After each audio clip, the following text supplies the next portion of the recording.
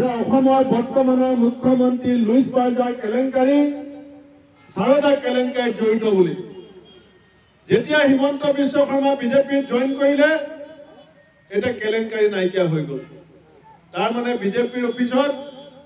এটা ৱাশ্বিং মেচিন আছে কংগ্ৰেছত থাকিলে হিমন্ত বিশ্ব শৰ্মা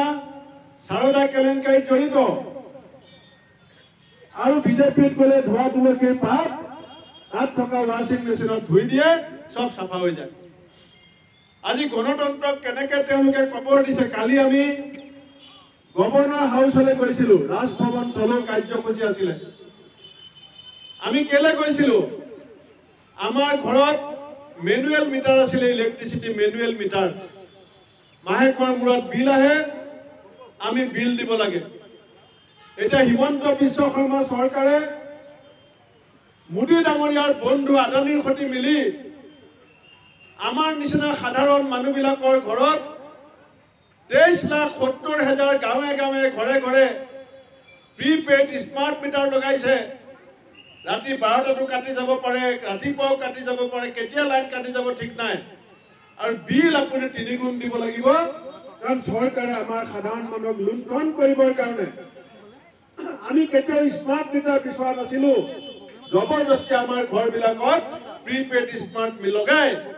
আমাৰ পৰা যেনেকৈ লুণ্ঠন কৰিছে আৰু আমাক যেটো হাৰাশাস্তি কৰিছে এই হাৰাশাস্তিৰ বিৰুদ্ধে প্ৰতিবাদ কৰিবৰ কাৰণে আমি গভৰ্ণৰ হাউচলৈ যাওঁতে একে জেগাতে 3টা কন্দুৱা কেছ দি আমাৰ দলৰ নেতা মিদুল ইছলামক চৰকাৰে পৰিকল্পিতভাৱে হত্যা কৰিছে গণতন্ত্ৰত গণতান্ত্ৰিক আন্দোলন কৰাৰ অধিকাৰ আমাৰ আছে কিন্তু আমাক গণতান্ত্ৰিক আন্দোলন কৰা মানুহবিলাকক ভয় খুৱাবৰ কাৰণে মিদুল ইছলামক হত্যা কৰি চৰকাৰে আমাক আন্দোলন কৰিবৰ কাৰণে সাহস যাতে নাথাকে তাৰ কাৰণে ভয় খুৱাব বিচাৰিছে আজি এই গৃহমন্ত্ৰী আমাৰ দেশৰ গৃহমন্ত্ৰী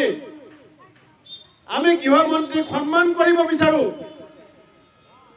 অমিত শাহ ডাঙৰীয়া বিজেপি হ'ব পাৰে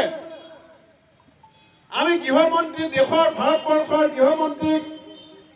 আমি সন্মান কৰিব বিচাৰো কিন্তু যিজন মানুহে গৃহমন্ত্ৰীৰ আসনত বহি আমাৰ দেশৰ স্বাধীনতা সংগ্ৰামীসকলে দি যোৱা সংবিধানখনক অপমান কৰে